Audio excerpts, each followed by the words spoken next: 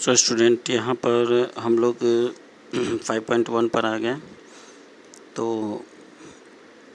अब इसको देखते हैं कि यहाँ पर एक अब आप लोग का एग्ज़ाम भी नज़दीक है। तो इसको भी आप लोग क्या करेंगे कि घर पे थोड़ा और मेहनत करना है। जितना एक्सरसाइज पीछे पढ़ाई हो गया है उस सब को पढ़ जाना है, उस सभी में से आएगा। अगर कोई समस्या हो तो पूछ भी लेना है। What is the disadvantage in comparing line segment by मेरे ऑब्जर्वेशन। अब ये मेरे ऑब्जर्वेशन क्या है, पहले हमको इसको समझना है। मेरे ऑब्जर्वेशन का मतलब होता है कि जब हम किसी को अपने नेक्ड आई से देखकर समझते हैं। जैसे सपोज करिए कि मैथ के सेंस में अगर मेरे ऑब्जर्वेशन का हम इसको आत्मनिरीक्षण बोलते हैं, हिंदी में इसको आत्मनिरीक्षण बोलेंगे। It's meaning in English self observation भी कह सकते हैं। खुद का जो ऑब्जर्वेशन होता है उसको बोलेंगे। तो यहाँ पर जो मेरे ऑब्जर्वेशन का मतलब यही हो गया कि हम किसी भी वस्तु को देख करके जो अनुमान लगाते हैं उसी को बेकार है। जैसे सपोज़ करिए कि एक लाइन हम यहाँ ड्रॉ किए, अब इसको मेज़रमेंट नहीं करना है और बिना मेज़रमेंट किए हुए सेल्फ़ कॉन्फिडेंस से हमको ये बताना है कि ये लाइन जो है 4 सेंटीमीटर का है या 5 सेंटीमीटर का है। सपोज करिए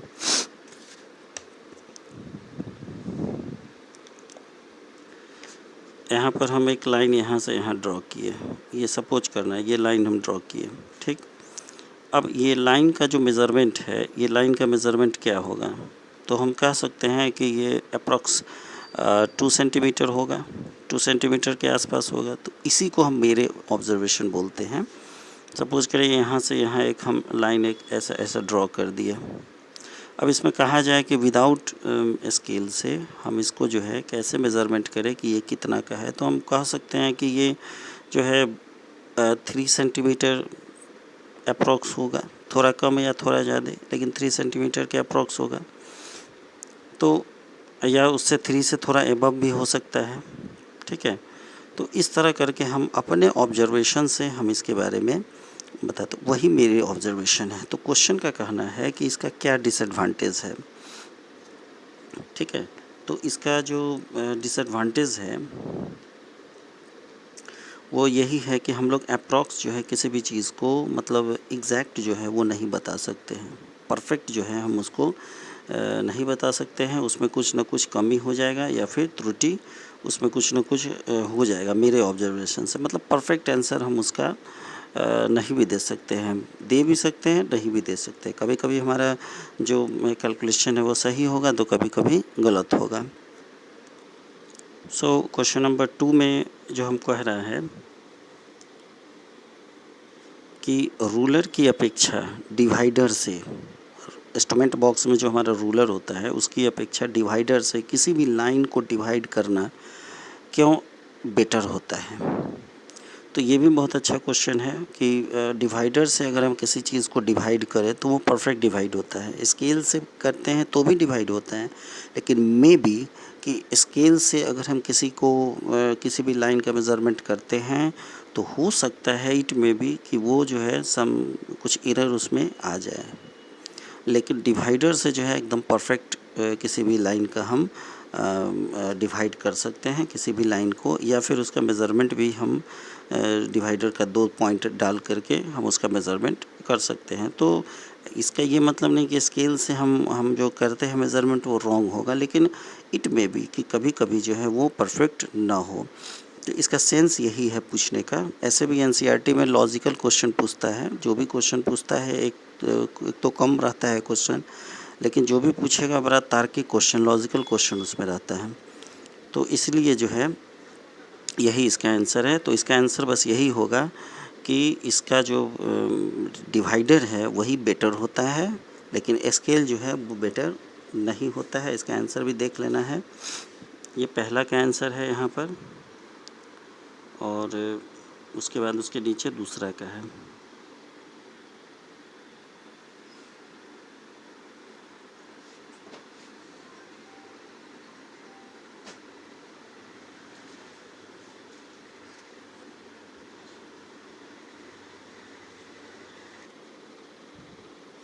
सो स्टूडेंट कम, अब यहाँ पर क्वेश्चन नंबर 3 है, ठीक है। इसको रीड करना है कि ड्रॉ एन लाइन सेगमेंट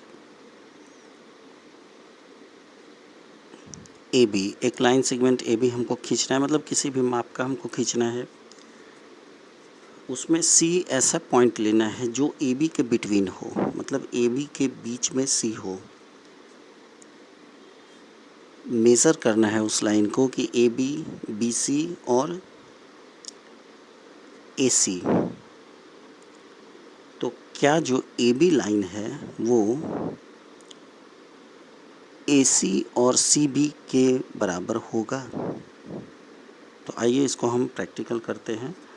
जैसा कि अकॉर्डिंग टू क्वेश्चन कह रहा है कि एक लाइन हमको खींचना है, ड्रॉ करना है ए बी। तो ए बी हम एक लाइन यहाँ पे ड्रॉ करेंगे। एक लाइन हम यहाँ पर ए बी ड्रॉ करेंगे। यहाँ पर किसी भी मेज़रमेंट का हम ड्रॉ कर लिए, यहाँ लिख दिए ए, यहाँ पर लिख दिए बी। उसमें बीच में सी पॉइंट हमको लेना है, तो उसके मिडिल में जो है, यहाँ पर मिडिल में मान लीजिए यहाँ पर जो है ये पॉइंट हम सी ले लिए।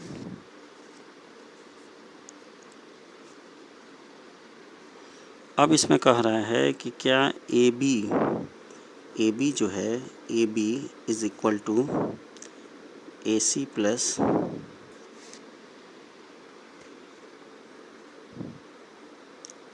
सी बी होगा?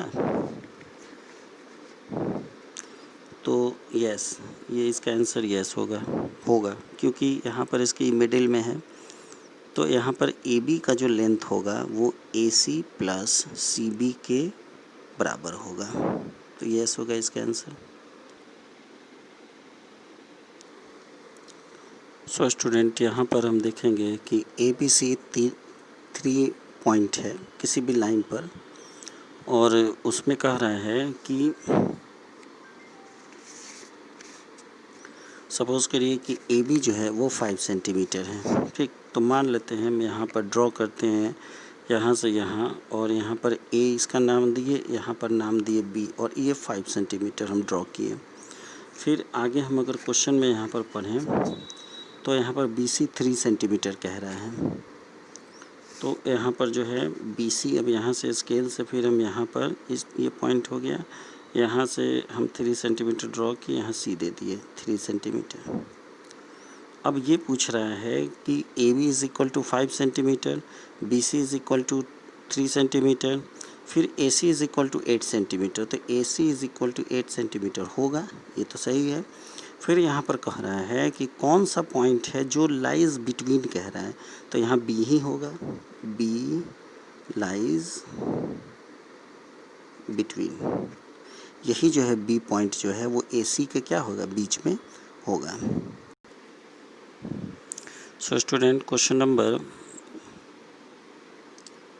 5 में सिंपली पूछ रहा है कि डी जो है, ये जो यहाँ पर ये जो डी पॉइंट है, तो डी इसका मिड पॉइंट है, ये प्रूफ करे, साबित करे या वेरीफाई करे। तो यहाँ पर ए से बी का दूरी और बी से सी का, हर पॉइंट का दूरी एक दूसरे से सेम है, इसीलिए डी जो है, डी वो मिड पॉइंट होगा, मिड पॉइंट कहलाएगा, क्योंकि डी से लेफ़्ट और डी से राइट का डिस्टेंस जो है वो क्या होगा, बराबर होगा। मतलब कि डी के लेफ़्ट में भी उतना ही पॉइंट है जितना डी के राइट में है। तो इसीलिए इसका आंसर बस यही होगा कि डी जो है वो इसलिए मिड पॉइंट इसका है।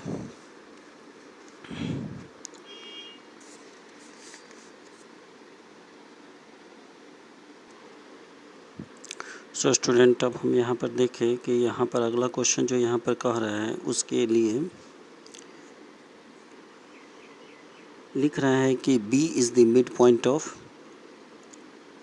AC and C is the midpoint of BD, where ABCD lies on the straight line। तो ये बताइए कि AB is equal to CD होगा।